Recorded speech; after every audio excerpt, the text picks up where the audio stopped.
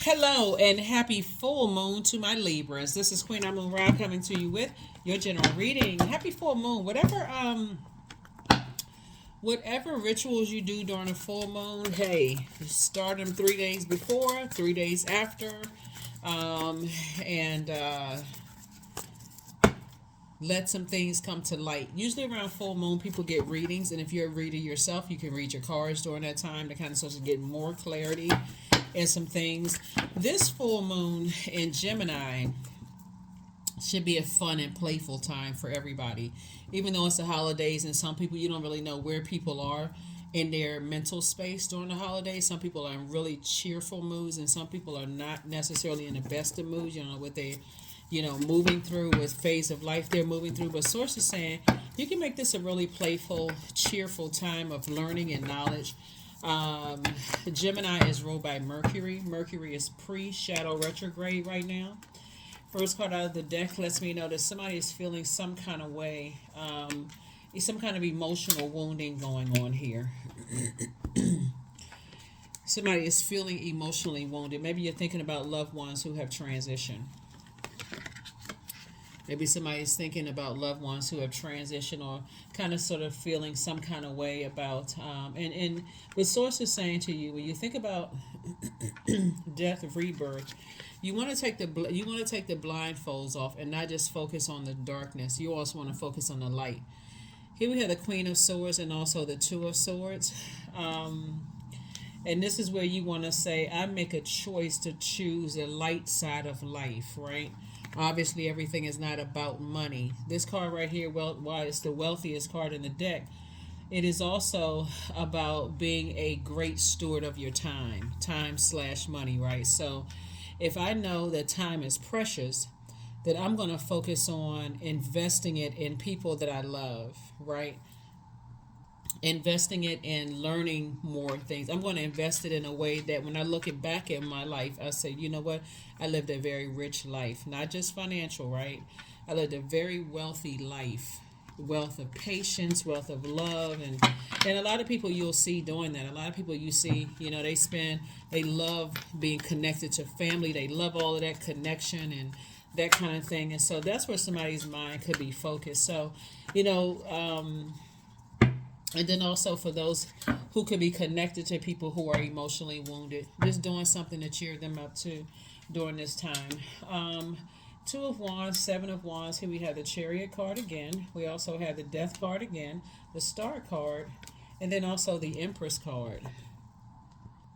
So these two cards came out. The Death card came out, and the Chariot card came out twice, right? We also have the Empress card and also the Star card. So someone is definitely going through some kind of a rebirth in terms of stardom, and like two types of things that's ending. Like somebody's ending, let me. How can I say this? Somebody is focusing on the lighter side of life, like finding the silver lining in everything, and doing away with darker side of life, if that makes sense. But in order for you to get locked in and laser focused, Libra, on the light side of life, you had to walk through the shadow of the valley of death and get to a point where you're not fearing any evil. You're faithful in source, right? Faithful in your purpose. So I do see somebody saying, I need to move forward and not look back. I can defend my decision to move forward from something and not look back. And a lot of opportunities are coming your way as a result of that, right? Of just taking some things off of your internal scales. Somebody had to remove dark energies off of your internal scale in order for you to end up on the other side. So congratulations to you for choosing light within yourself over darkness. It really all is a choice. You wake up and decide, hey, you've heard the term, Libra. Wow, they must have they woke up on the wrong side of the bed, right? Based on you, when you talk about people who may come into the office and their whole mood and attitude is just negative, right?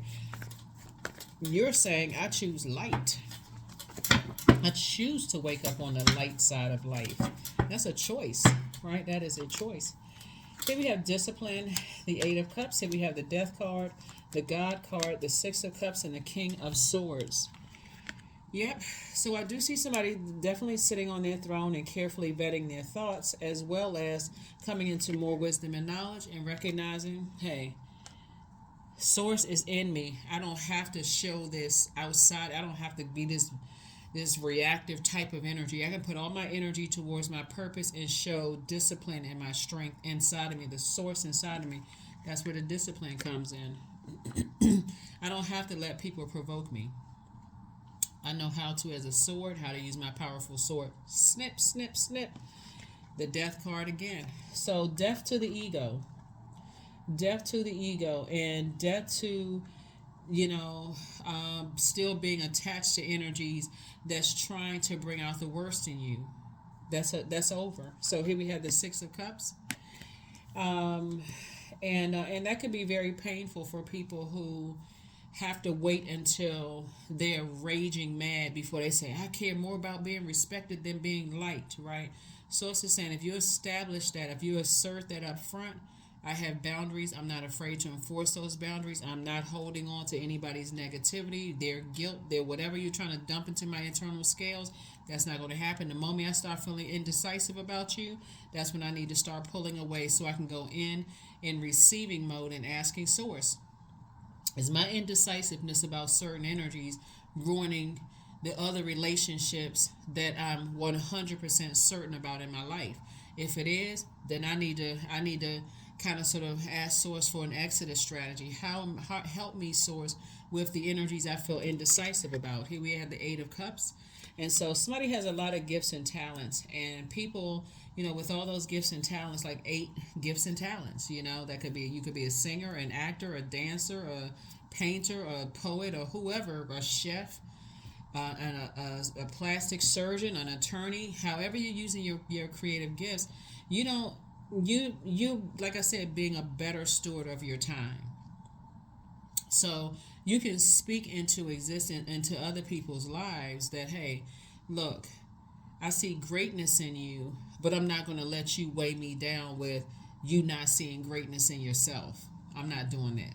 I'm not the source of your happiness. You're going to have to find that within, and I'll be supportive of that, but I'm not carrying that burden, that heaviness of negative self-talk and negative thinking. So I do see somebody, like I said, tapping into more gifts. So congratulations to you all. That is really the message, the very clear message during this time. We still have this full moon phase to get through, and then we're going to move into that last quarter moon phase where you're going to finish out strong. And I will help you move through those. I trust my inner wisdom to guide me. That's right. I trust my inner wisdom to guide me. That's right. You got to trust it. Trust that inner voice. That voice will lead you to where you're trying to get to. All right. All right, all right, all right. Grief. Tears are what happen when the ice on the heart melts. Ice in the heart melts. Yeah, so somebody has shed a lot of tears over some things, and source is saying to you, it's okay. It's okay. It's just a form of release. It's definitely not a sign of weakness. And source is saying, hey, create those boundaries. Don't be afraid to enforce those boundaries. You're not trying to carry other people's insecurities on your internal scale. It's just too much. It's too heavy to carry. Growth. 16. Inside myself, I've sown beauty with wounds, which speaks to my immortality in the expanse of eternal song, softly bellowing in spirit. That's right, 16. 1 plus 6 is 7. 7 is, source is the one that made it all make sense. So you don't have to keep asking the question, why? Why do they have such negative feelings about everything? Why? Why don't they see they hurting me? Why? Source is saying, hey, listen, you're starting to see the brighter side of life. So that could even mean somebody hit a reset button on their marriage. If you desire to be married, or if you're single and you desire to be married, you can hit a reset button on your thoughts about marriage. Maybe you were in families where marriage was just not, people just, had whatever their ideas about marriage, and you are saying, hey, I have a new idea about marriage.